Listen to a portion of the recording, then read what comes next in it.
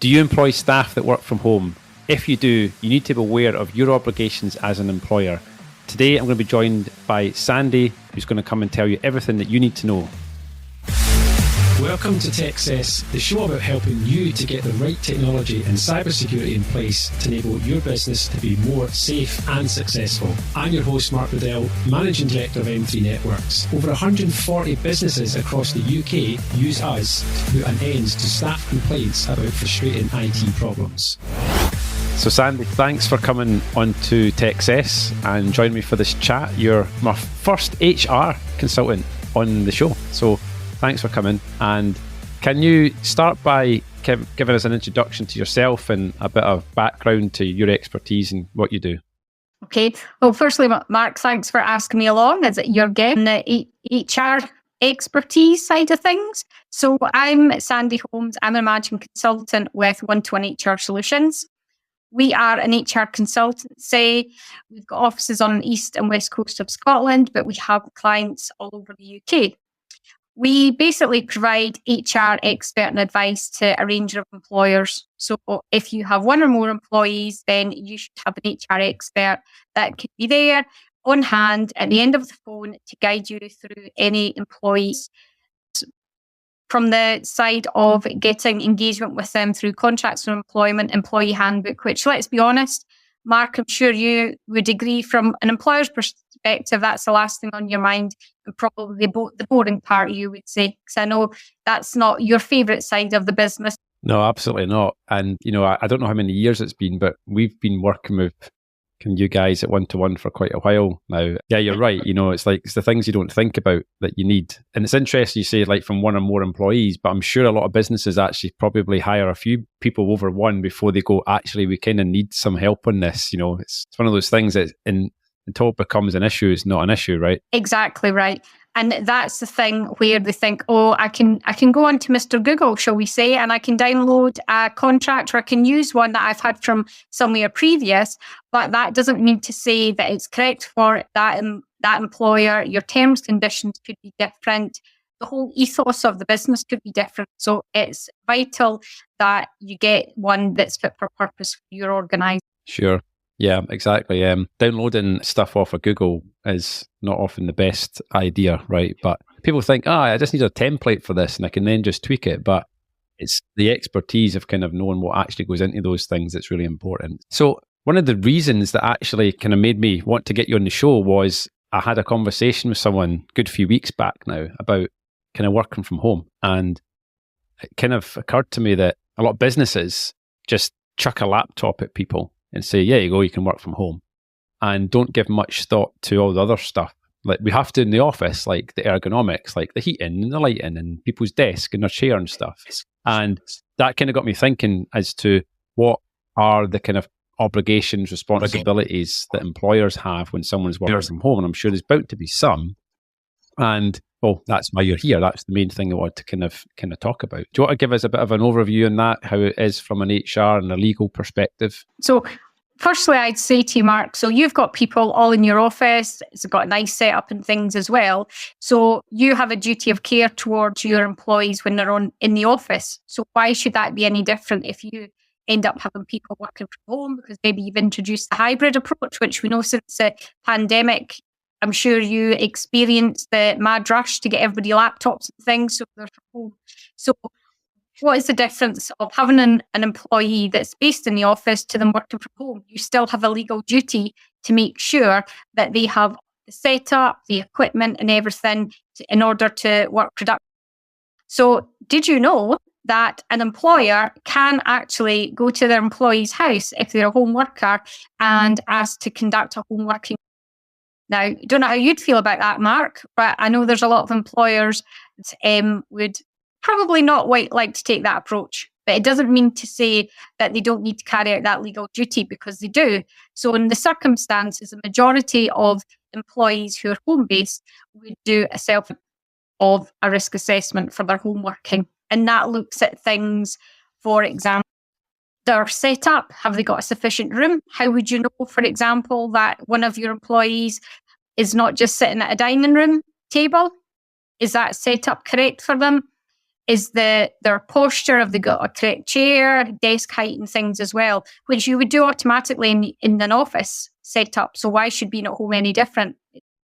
So it's still your responsibility to make sure that your employee has all the equipment they're working at home. So whether that be their desk, the chair, monitors, if they're working off a laptop, do they need an additional monitor? Have they got a printer? If they're having to print things out. So think of all that office supplies that you would do automatically. That still has to be done at home. There's also the other things about somebody working from home as well, is what communication do you have with them? Because they really are lone workers. So if you don't do daily check-ins, whether you do a morning call or something, then how do you know that? So you still have your duty of care as an employer to make sure that the employee is still very much part of the team. Yeah, it's really important to make sure people are engaged in the business. We've experienced difficulties with that ourselves when someone is isolated, if they're not easily able to kind of come into the office space. So one of the things that you said is that employers could go to the length of kind of going into the employee's home and carrying out that kind of risk assessment or checking their environment. It's fair to say most people aren't going to do that and probably don't want to do that. So what would you advise them do? Create some sort of checklist that they have the employee complete, or how would normally you advise people to do that? Yeah, what we would suggest is that they have a home working risk assessment form, and that's what the employee can complete. And it will look at things such as slips, trips, hazards. So have they got all their electrical equipment? There's no cables lying around. Again, as you would in an office, that there's no hazards for them, and that they're set up, their chair, do you know what I mean? It's movable. They can adjust the height and things as well, same as their monitors. It's all part of, if you think about every 2 years, there's a legal obligation for an employer to ensure that their employees conduct a display screen equipment risk assessment form. Again, that can be done as a checklist, and that's a legal requirement every 2 years. You do that in the office. If you were to change office, Mark, or say you were to move from one office to another, then you should really be doing that as well. So that is the same thing should happen in a home office situation, that the DSE risk assessment should be completed. And that makes sure that the monitors, do you know what I mean? It's the correct height. You know how some people have enhanced monitors, don't they? Like, don't know what you call them. Height adjusters or something on them, so that they can make sure that they're set up. Otherwise, you could see if you don't provide this equipment for your staff, you could be off with back pain, they're getting fatigued, poor eyesight and things as well. If these things are not provided for the employees, then you could end up having a higher rate of absence. There's not really much the employer can do about them having their cat walk across their laptop, though, right? On a video call, you know, that's there's a line item for that to say, is there a risk that your cat may walk across your keyboard when we're on a Teams call? Yeah, that's the kind of things you have to deal with working from home, right? But it's a shame that we still don't have the yellow pages in the phone books, because they were really perfect size for just bumping your monitor up an extra couple of inches, right? Without having to go and buy a fancy stand for it. What's the most common kind of mistakes with ergonomics and stuff that you think people make with their home office setup? Yeah, no, I think, Mark, people don't think about that workspace. Do they just, if they're working from home, let's say it might not be on such a regular basis, so people will just sit at their kitchen table, dining room table. There's no thought about light or anything as well. Like, is there any glare onto the screen and things too? Is the seat that they're sitting on, like a full day sitting on a dining room chair, is probably not the best thing long term for somebody. You could get back pain as well. So the whole posture side is very important. Still to come on this episode of Techcess, would you expect employers to kind of pay for kind of a home office setup, or is it on the employee to make sure that they have a suitable home office setup? But first, here's Annie with a Techcess tech update. Hey, it's Annie with your latest tech update. How many times have you done this? Clicked on WordPad when you're meant to open Notepad. For 30 years, WordPad has been part of Windows, but many people have found it just confusing. When you need simplicity, you turn to Notepad. When you need normal word processing features, you open Word. Where does WordPad fit in? Microsoft doesn't seem to think it fits in at all, because WordPad is now on a list of features that will be deprecated. Will people really miss WordPad, or will its absence just clear up the confusion? We're not sad to say bye-bye to WordPad. If you are, we can show you how other tools in 365 are much better for your business. Get in touch. That's your tech update. More next week. Would you expect employers to kind of pay for kind of a home office setup, or is it on the employee to make sure that they have a suitable home office setup? If somebody, shall we say, is working from home on a permanent basis, then the employer should ensure that that employee is set up from that perspective. They've still got that responsibility, that there is a desk, a chair and things. During sort of the pandemic, there was some businesses that were given maybe a budget of, say, £150, so somebody could get a desk, could get a chair, or they'd be taking them from the office to get them through that period of time. I think since then, we have seen that more people are ensuring that if their employees are working from home, that they have the setup as they would in an office. So yes, businesses do tend to provide that setup if they are permanently working from home. Sure.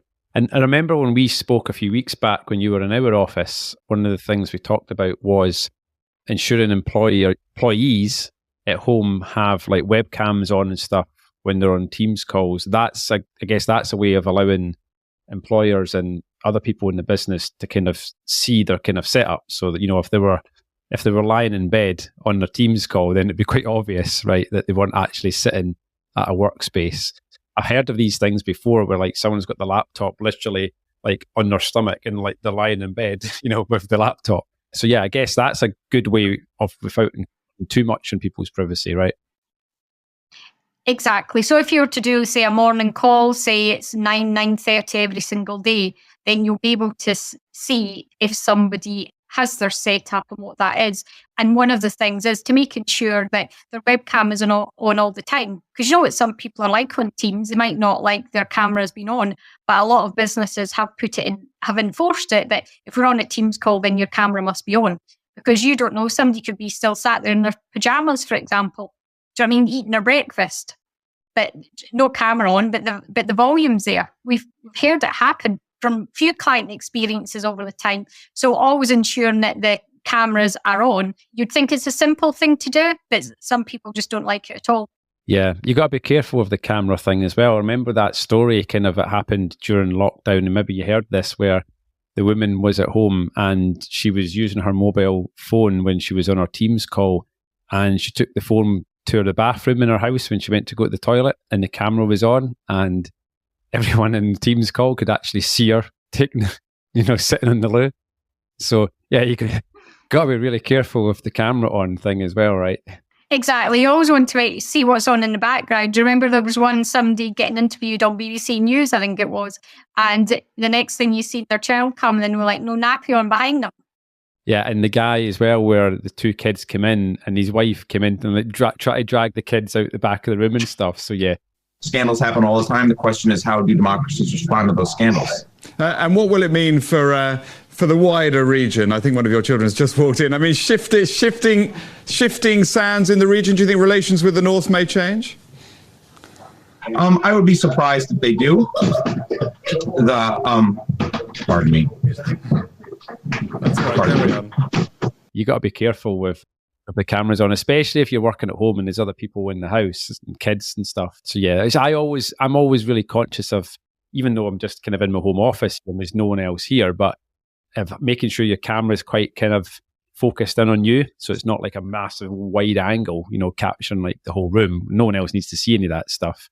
But we've got technology for that, right? We can blur backgrounds, we can do the virtual background thing, if you're somewhere and there's other people kind of working. Just got to be mindful of the camera thing on, which is quite one of the things I like using a MacBook actually, because when the camera's on, you get the little green dot next to the camera. You know the camera's live, right? Whereas other cameras might be on and not give you any sort of indication. So yeah, got to be really kind of mindful of the camera on thing. I think what you need to be mindful as well is if you've got your employees working from home and they're doing client meetings, do you know what I mean? What's their background going to be? Like, I think we've seen so many companies these days have a corporate branding at so regardless of where somebody is, that they're representing the company and things too. I think that's become a lot more popular. Yeah, so I've seen that a lot where people are giving people a background and it's so everyone has got the same image, that kind of corporate background. I was doing that quite a lot, especially, so I moved house during the first lockdown and I'm fortunate enough I've got a dedicated office space here now, but before I moved house, I didn't have that. The kids were at home being homeschooled. The only place I had was to work on the desk that was in our bedroom. Of course, behind me was our bed. So I had to have a virtual kind of background on. So although I have been on a few calls where people are in their bedroom and like their bed's in the background, of course it's always immaculately made up with cushions and everything else to make it look good. But I don't think having your bed in the background is the best image in a business. But hey, I guess it's one of these things we've all become used to, isn't it? You know, like we're not so bothered about kind of these things as much now. Just like how kind of people wearing shirt and tie and suits has kind of died off a bit as well. I guess the whole, you know, this immaculate presentation on video camera is kind of fallen by the wayside a little bit too. So I guess one of the things then it's worth kind of talking about, and I quite often ask people kind of what they see kind of coming down the line in kind of their line of work, is that obviously we've kind of got remote work's going to be here forever in some industries. I know a lot of people have gone back to the office in some sectors, but do you see any other kind of changes or things coming down the line in regards to home office setups? Do you think there'll be more requirements come in, or do you think that what we have in place is kind of quite adequate? I think, Mark, what has happened is a lot of businesses have now, especially this year, tried to put in more permanent sort of hybrid working. So, for example, you'll be in the office 3 days a week, but you work from home 2 days. They've tried to formalise policies much more on that. So they've introduced a policy on hybrid working, what is expected, so everyone is very clear about it. Or they might have specific days where everyone must be in an office because it's a team day, it's an all-staff meeting, whatever it might be. That is becoming more common. There are some people that went fully home working and now they've reduced their office space and they might do a bit more hot desking. But you need to think about collaboration within the team as well. Not everybody likes working from home. People lose that connection. They are not able to chat as easily as they would on generating ideas and things. So a lot of businesses, although they might be doing home working, I think there is more focus on having them set days in the office where everyone is together. So you're still getting the collaboration with them. They're still feeling as part of the team. It's certainly kind of a bit of an approach that we've taken where some members of staff work from home, but will come in kind of 1 or 2 days a week to do work together, strategic work, and actually kind of work on projects and things like that. I find that works kind of really well because then when you've got a whole day together, you plan and you can do stuff in person, face to face, like the bigger picture stuff. Day-to-day work stuff is fine, you know, for when you're not together and you're not working from home. But I definitely, agree that having those days where everyone comes together is kind of really important. It's like we've got some days in our office where it can feel like a ghost town because there's people working from home and then people on holiday and stuff. So you get those few days where it's like really quiet, there's no one there. And then the next day, it's almost like there's a party going on because it's like everybody's in, you know, every desk's in use and it's so busy. So yeah, it's good to have that kind of mix. But yeah, I think the important thing is that people still feel part of a team and not just, you know, sitting working at home by themselves day after day, because it's really difficult to kind of keep those people engaged, I think. I think the other part, Mark, to think about is also looking at productivity. How productive are people from working from home? How are you able to monitor that as well? That's what a lot of companies struggle with. How can they measure the output on somebody if they are working from home? Yeah, exactly. I mean, we've got quite a lot of customers kind of that are in manufacturing and things like that. So it's not easy. They can't really just go and, you know, work from home. They have a factory or a place where they make something and people have to be there. So that kind of is more difficult. But one of the things actually kind of just touched on that is a good reminder to ask you about is the monitoring of productivity. So I've seen things online where maybe some companies are using software and technology to monitor that people are actually at their desk working. Now, and I posted something, you maybe seen it on LinkedIn, about the mouse jiggler thing. You can get now like a USB plug-in and you can get these things on Amazon for like 20 quid. which will basically randomly move your mouse and stuff so that your computer doesn't go to sleep, so that your employer, if they're monitoring your computer activity, sees that your mouse is... I mean, it's a fairly basic thing. It doesn't know if you're actually doing any work, but a lot of these systems, I think, are just monitoring that your computer is on and active. And so for 20 quid, you can plug a thing in and it can make it seem like you're active all day, but, you could be down the pub and no one would ever know. So what's your view on monitoring people working from home like that? And is there any things that people have to be careful about when they're doing these things? I think you always need to be aware. Normally, companies would have like a monitoring policy or a clause in their contract to say that things can be monitored. So they could have, whether it's monitoring the emails, monitoring systems. Let's be honest, a lot of companies these days need to have systems in place where they put notes in about updates and things that they've had to do. So productivity can be monitored that way. But whereas if there's been no entries in systems of updates of pieces of work they've been working on, I think it'd be fairly evident quickly that there's no production at all with somebody actually doing anything. So I think with the systems being in place, with bearing in mind home working being more popular, shall we say, than it had been, that systems are becoming cleverer in how that they can monitor these things and what's required to be completed by the employees as updates. Yeah, it's a good point. I mean, the output is the answer, right? If someone's work output is where you expect it to be, then they're probably working fine from home. If their output isn't where you expect it to be as a business, and every business is different, they'll know what each employee should be expected to do each day. So it's one of these things, isn't it, that a lot of people say, well, as long as the work's getting done, I'm not too bothered about, someone sitting there for 8 hours a day, because the output is really what you're paying for. So it's one of these things, like you said, you'll become aware quite quickly if you're not getting out of that person kind of what you expect an average kind of person in that position to be delivering. The other point to consider as well is about people taking breaks. That even though, do you know what I mean, if you're in the office or things, you're with other people, somebody might take turns making a cup of coffee or something, whereas if you're working from home, time can fly by and you've not had a break. And if you're sat at your laptop, PC all day, then it's still important to take the breaks as well. Get that bit of fresh air too, which I think sometimes people working from home heard that an awful lot, even in research, that people kind of forget about that, the breaks that they need to take.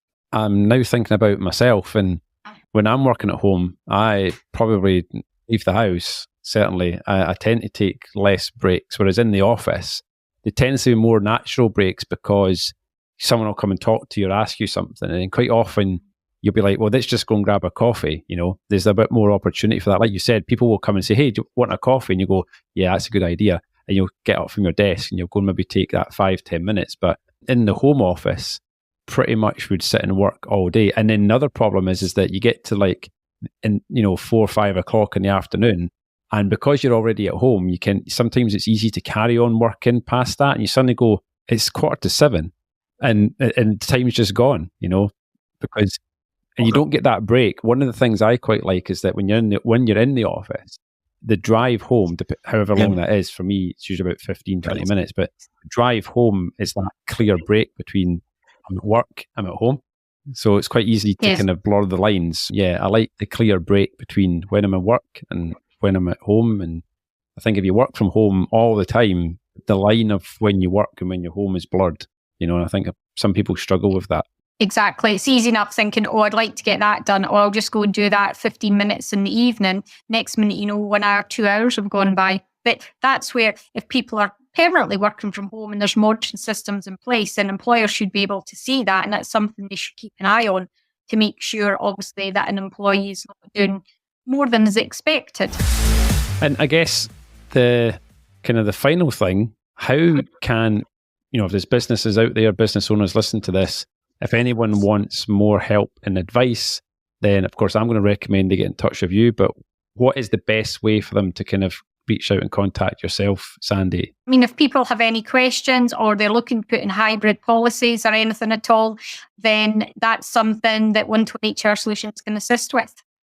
So if anyone's looking for any information, they can jump onto our website, send us an inquiry, or give us a call. We'd be happy to have a conversation with them, not just about maybe a hybrid policy, but maybe what are their HR needs. Do they have contracts and handbook that are bespoke for them? Are they looking to maybe relook at some of their HR policies, procedures?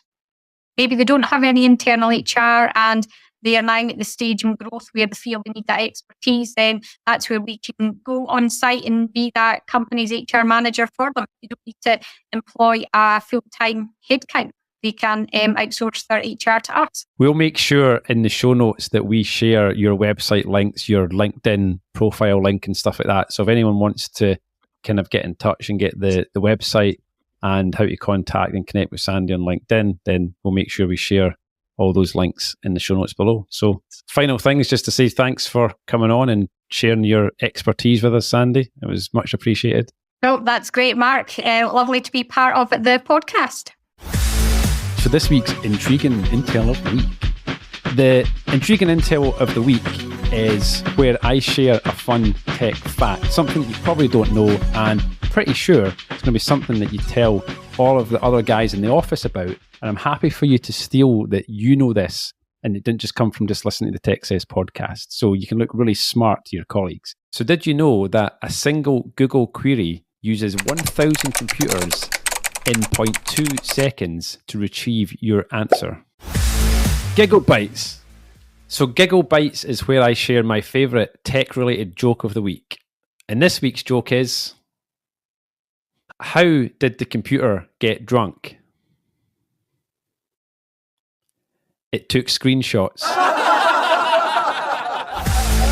If you'd like a quick chat with me about anything I've discussed in this episode, or you have a specific question about any aspect of your IT or cybersecurity, you can book a call in my diary. Just head over to www.m3networks.co.uk/meet Mark. And finally, if you enjoyed this episode, please make sure to follow or subscribe to the podcast in your favourite podcast app for future episodes, where I'll dive deeper into other IT and cyber-related topics. Techcess is an M3 Networks podcast. Find out more at m3networks.co.uk.